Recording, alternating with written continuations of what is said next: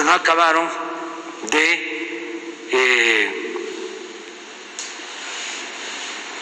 socavar al Estado mexicano, y además no contaban de que el pueblo iba a decir basta. Todavía tenían la esperanza de que si yo llegaba, iba yo a hacer lo mismo, que me iban a meter al aro, porque decían que en la política de izquierda, ya ven que hay farsantes, decían que en la política se le atribuía a una gente de izquierda que era como tocar el violín, que se agarraba con la izquierda pero se tocaba con la derecha, que era llegar al poder, ganar con promesas de izquierda y luego gobernar para satisfacer a la derecha, para recibir el aplauso de la derecha. ¿Estaban esperando eso? Pues no, imagínense cuántos años de lucha para venir a hacer lo mismo, para permitir el saqueo, para permitir, como era, de que los de arriba no paguen impuestos, para permitir que vengan del extranjero y nos saqueen, como en la época colonial, para permitir que se empobrezca nuestro pueblo, que México se convierta, como sucedió, en fosas clandestinas, de un país de violencia, con decadencia por la pérdida de valores culturales, morales, espirituales. A eso quieren que regresemos. No. Y están por eso completamente despistados. Ayer hablaba yo en Baja California Sur y no es un asunto ofensivo, para nada. Pero les decía que es una oposición fifí que no sabe cómo defender la democracia, cómo hacer valer la justicia, cómo defender las libertades. No saben, los fifís no saben.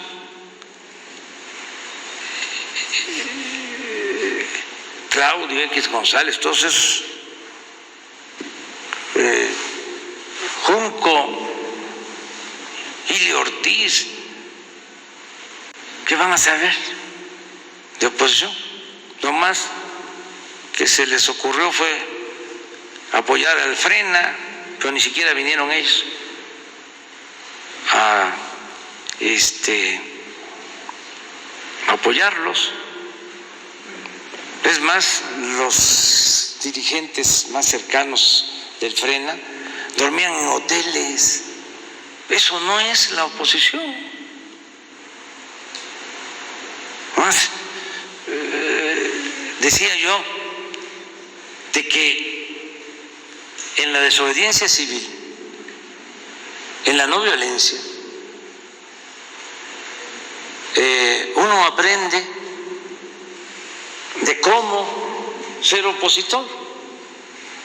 Por ejemplo, no puede uno poner en riesgo la vida de las personas. Un dirigente puede poner en riesgo su vida, pero no tiene el derecho de poner en riesgo la vida de los demás. Un dirigente tiene que dar la cara y quedarse a dormir donde se queda a dormir la gente. No es, ahí les mando las casas de campaña, como decía Chava Flores, ahí les mando estos 3 pesos. Casas de campaña que vuelan, ¿no, presidente? Sí, y les mando para que tengan alimentos y para el transporte. Y yo estoy detrás. O esto que es ahora moderno, o está de moda, los bots. Contrato una empresa, ¿no?, para combatir a los adversarios.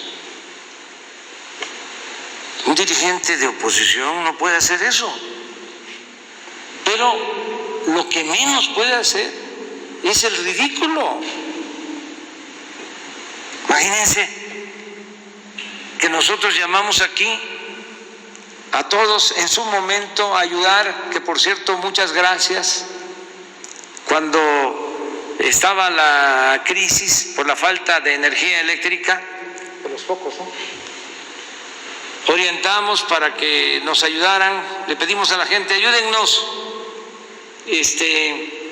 apaguen un foco, bajemos el consumo, para que todos tengamos luz por la red, que suba a la red todo lo que se está generando, que se despache todo y que bajemos el consumo. Llaman nuestros opositores a consumir luz, a prender los focos, a encender la luz y a dormir con la luz encendida. O sea, yo no sé cómo pues se puede decir. Y cuando hablo del ridículo, pues a lo que me estoy refiriendo es de que un dirigente, un opositor, tiene que actuar con dignidad, con mucha dignidad. Yo recuerdo que cuando me dieron un toletazo, un garrotazo, fue porque estaba yo encabezando un movimiento y teníamos 400, 500 policías y soldados enfrente, en un bordo, y de lado y lado había agua. Y terminamos de cantar el himno nacional, le dan la orden de que nos quiten y empiezan a caminar con los escudos. Y en una de esas me dan un garrotazo, pero al mismo tiempo se me estaba saliendo el zapato. Y entonces decido bajarme para que no se me saliera el zapato, porque imaginé cómo voy a salir de esto sin zapato. ¿Sí? Es el ridículo. No, la dignidad. Bueno, me dieron más duro porque me bajé, casi me puse ahí para que... Pero salí con el zapato, con mis zapatos. Todo eso es enseñanza. Y conviene que estudien, que lean el libro que se hizo en el siglo XIX, que hizo un estadounidense, que se negó a pagar impuestos porque se iba a utilizar ese dinero para financiar al ejército estadounidense que nos invadió cuando el gran zarpazo, cuando nos quitaron la mitad de nuestro territorio, 1848. Desobediencia civil. Sí. Y hay que ver a Gandhi y a Luther King, a Mandela. El caso de Luther King, se lo comentaba yo a su hijo, de que me recordaba cuando lo del desafuero, que todos los abogados, porque ese es su trabajo, lo primero que recomiendan es ampárate. ¿Yo cómo voy a amparar? Si me amparo, pues estoy dando a entender que soy culpable. Y si soy inocente, ¿cómo voy a amparar? Y soy un dirigente social, soy una autoridad en ese entonces, voy a la cárcel, pero no voy a amparar. ¿Y qué hicieron los del Partido Conservador? Pagaron mi fianza. Claro que los denuncié y dije que no lo aceptaba en ese entonces. Y me acordaba yo de Luther King, que lo detenían porque se pasaba un alto y a la cárcel. Y le decían, va a ser liberado, nada más que tiene que pagar su fianza. No, aquí me quedo. Esa es la dignidad. Entonces, todas esas enseñanzas, pues, se deben de transmitir, porque siempre debe de haber oposición, pero la oposición tiene que ser una oposición digna, respetable y eficaz.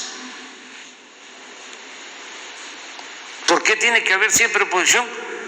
Porque la democracia implica oposición. La dictadura es pensamiento único, es autoritarismo.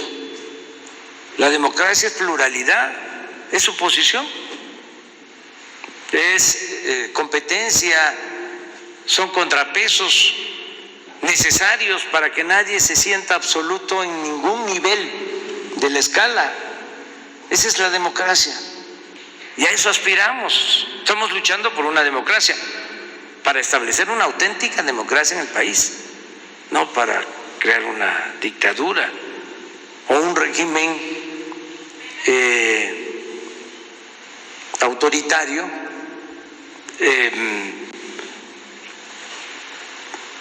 con apariencia de democracia, lo que sucedió aquí durante muchos años, décadas, que era una república simulada.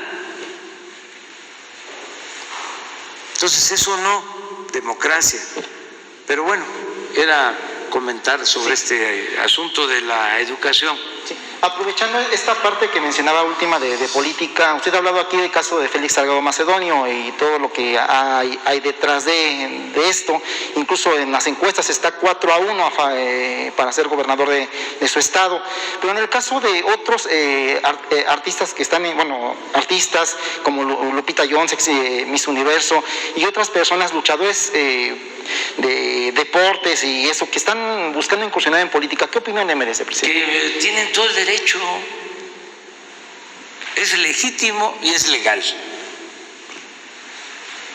De acuerdo a la Constitución tenemos el derecho a votar y a ser votados. Es un derecho ciudadano.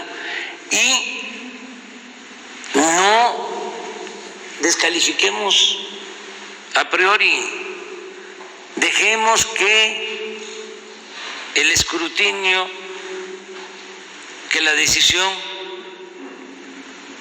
quede en manos del pueblo.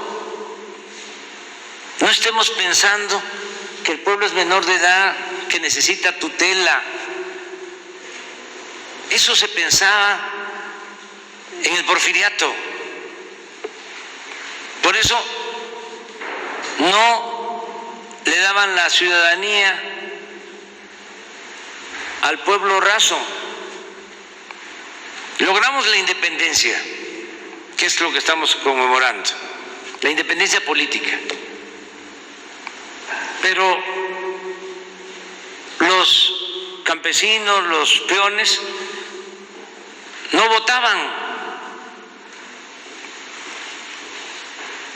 no se les daba el derecho, porque se pensaba de que no tenían conocimiento. El sufragio era para los letrados, para los de arriba. Costó mucho para que hubiera sufragio universal, que todos pudieran votar. Incluso quedó establecido en la Constitución de 1857, pero no se cumplía.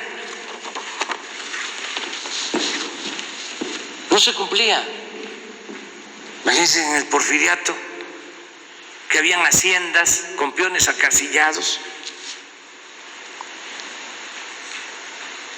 Entonces, tan es así que hay las anécdotas de que llegaban los revolucionarios a las haciendas y les decían a los peones: ya son libres. Y los peones, en vez de alegrarse, se ponían a llorar, porque no sabían qué era la libertad.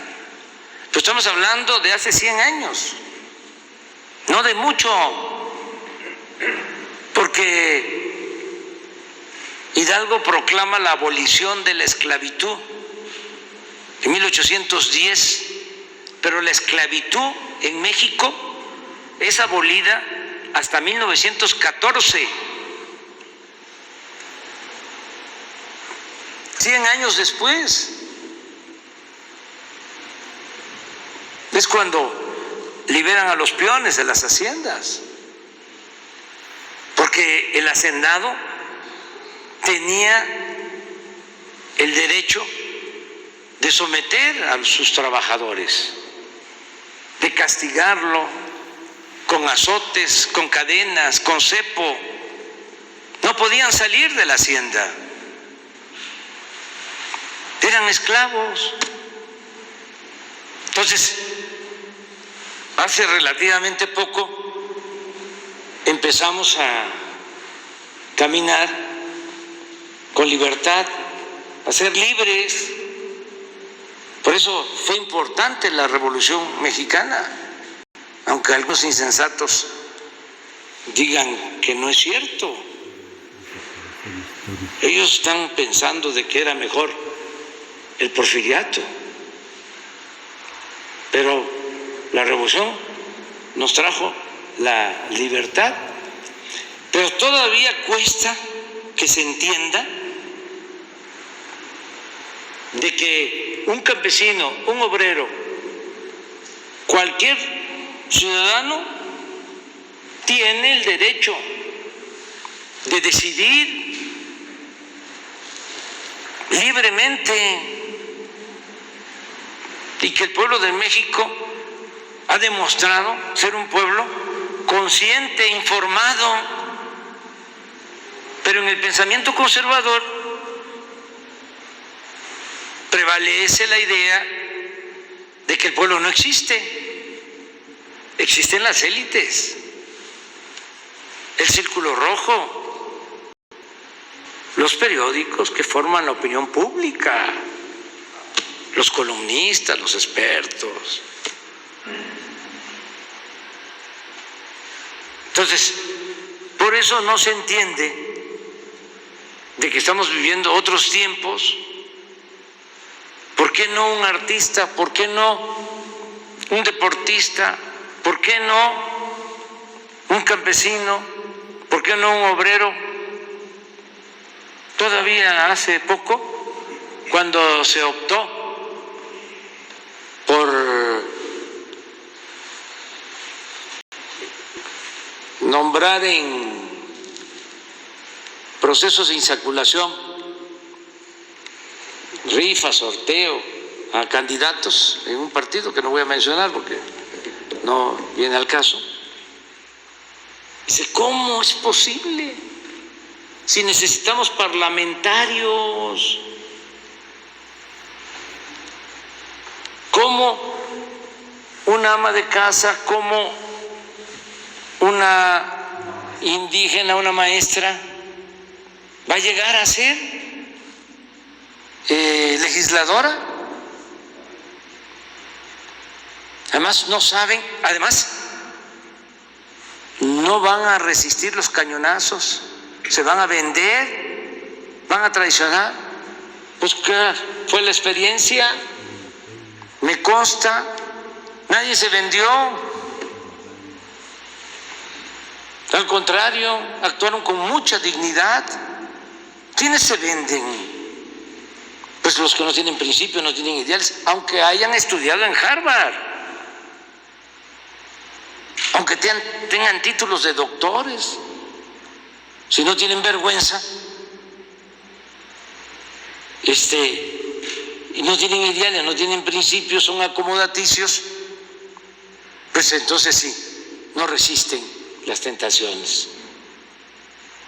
No, tienen que ir entendiendo los conservadores de la oposición que el pueblo manda, que la democracia es el pueblo el que decide y que democracia es el poder del pueblo. Demos, eso sí lo pueden ellos saber, significa pueblo, demos, y kratos, poder, poder del pueblo. Entonces, esto de las élites y de los ilustrados, eso tiene que ver con el conservadurismo. Dejarle al pueblo las decisiones. Y el pueblo es sabio, se equivoca menos.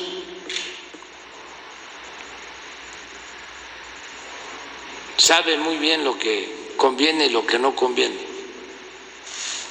pero a veces cuesta trabajo pues que se entienda, y hay que respetar a todos, a opositores, respetarlos, nada de censura, nada de prohibiciones, nada de que ya insultaron al presidente y ahí va la represalia. Esto que está sucediendo en España, lamentablemente, no lo hago por cuestionar al gobierno de España, no, ni mucho menos a